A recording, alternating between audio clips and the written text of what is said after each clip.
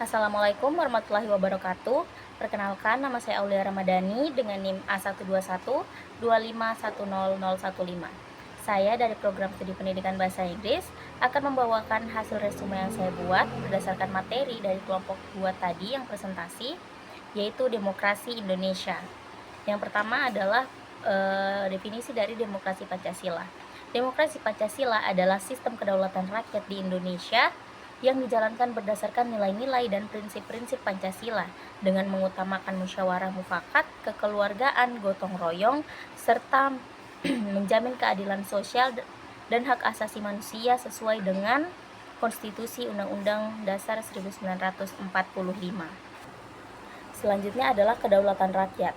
Kedaulatan rakyat berarti rakyat menjadi pemegang kekuasaan tertinggi dalam negara. Semua kebijakan pemerintah berasal dari kehendak rakyat dan dijalankan untuk kepentingan rakyat. Melalui demokrasi, rakyat dapat berpartisipasi dalam pemerintahan seperti memilih pemimpin melalui pemilu. Selanjutnya adalah sistem pemerintahan. Sistem presidensial merupakan sistem pemerintahan di mana presiden memegang kekuasaan ganda, yakni sebagai kepala negara sekaligus kepala pemerintahan. Kemudian struktur kekuasaan ada 3, yaitu eksekutif, legislatif, dan yudikatif. Eksekutif sendiri menjalankan pemerintahan dipimpin oleh presiden. Kemudian legislatif membuat undang-undang seperti DPR dan MPR. Kemudian yudikatif yakni menegakkan hukum dan keadilan seperti Mahkamah Agung dan Mahkamah Konstitusi. Kemudian kelebihan dan kekurangannya. Untuk kelebihan, pemerintahan menjadi lebih stabil dan presiden memiliki masa jabatan tetap. Dan kekurangannya sendiri yaitu kekuasaan presiden bisa terlalu besar jika pengawasan kurang efektif. Selanjutnya adalah sistem perwakilan. Demokrasi perwakilan adalah sistem politik di mana warga negara memilih wakil melalui pemilihan umum untuk membuat kebijakan, undang-undang, dan keputusan politik atas nama mereka. Nah, sistem perwakilan ini memiliki kelebihan dan kekurangan. Yang pertama itu kelebihannya.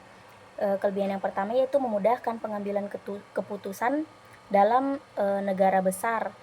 Dan kelebihan yang kedua yaitu aspirasi rakyat dapat disalurkan melalui wakil rakyat.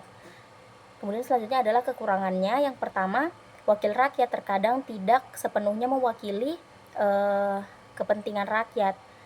Kemudian kekurangan yang kedua yaitu bisa terjadi penyalahgunaan kekuasaan oleh pejabat tinggi yang terpilih. Kemudian selanjutnya adalah menghormati HAM atau hak asasi manusia. HAM atau hak asasi manusia merupakan hak dasar yang dimiliki setiap manusia sejak lahir dan harus dihormati oleh negara maupun masyarakatnya. Nah, kemudian menghormati HAM berarti dalam bernegara, HAM tidak hanya berisi kesenangan dan kebebasan, tetapi juga tanggung jawab atau kewajiban individu untuk menghormati hak orang lain. Kemudian selanjutnya adalah musyawarah mufakat. Musyawarah mufakat adalah proses pengambilan keputusan melalui diskusi bersama untuk mencapai kesepakatan yang diterima oleh semua pihak. Prinsip ini juga merupakan salah satu nilai dalam Pancasila, yaitu sila keempat. Kemudian yang selanjutnya adalah pemilu. Pengertian dari pemilu itu sendiri adalah pemilu adalah sarana demokrasi untuk memilih pemimpin dan wakil rakyat secara langsung oleh masyarakat. Kemudian adapun tujuan dari pemilu, yang pertama menjalankan kedaulatan rakyat, yang kedua memilih pemimpin yang akan menjalankan pemerintahan, kemudian yang ketiga yaitu menjaga keberlangsungan demokrasi. Kemudian selanjutnya adalah asas pemilu. Pemilu dilaksanakan berdasarkan asas langsung, umum, bebas, rahasia, jujur, dan adil. Kemudian selanjutnya adalah peran pemilu. Pemilu menjadi sarana partisipasi rakyat dalam pemerintahan dan menentukan arah negara. Kemudian yang terakhir adalah tantangan dari pemilu itu sendiri, yang mana tantangannya yaitu meliputi kecurangan, politik uang, dan rendahnya partisipasi masyarakat. Kemudian yang selanjutnya adalah keseimbangan. Setiap warga negara memiliki hak yang harus diperoleh dan kewajiban yang harus dijalankan. Hak dan kewajiban harus seimbang agar tercipta kehidupan masyarakat yang tertib, adil, dan harmonis. Warga negara tidak hanya menuntut hak, tetapi juga harus menjalankan tanggung jawab terhadap negara. Selanjutnya adalah pengakuan keberagaman. Yang pertama adalah definisinya. Keberagaman adalah perbedaan suku, agama, budaya, bahasa, dan adat yang dimiliki masyarakat tertentu. Kemudian selanjutnya adalah dimensi keberagaman atau pluralisme. Pluralisme berarti masyarakat hidup berdampingan dengan saling menghargai perbedaan. Kemudian yang selanjutnya adalah prinsip pengakuan keberagaman. Masyarakat harus memiliki sikap toleransi, menghormati, dan menerima perbedaan. Selanjutnya adalah keberagaman dalam konteks kekayaan bangsa. Indonesia memiliki banyak budaya dan suku yang menjadi kekayaan bangsa. Terus selanjutnya adalah tantangan dalam mengelola keberagaman.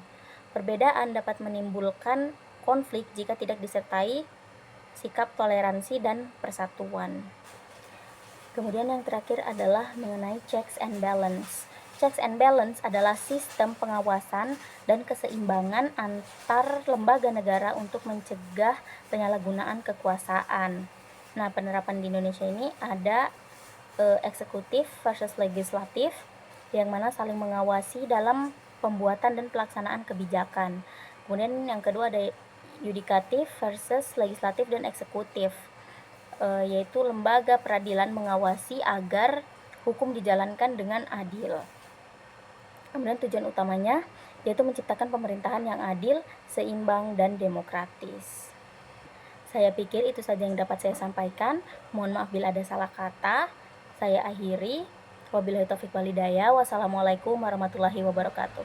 Terima kasih sudah menonton.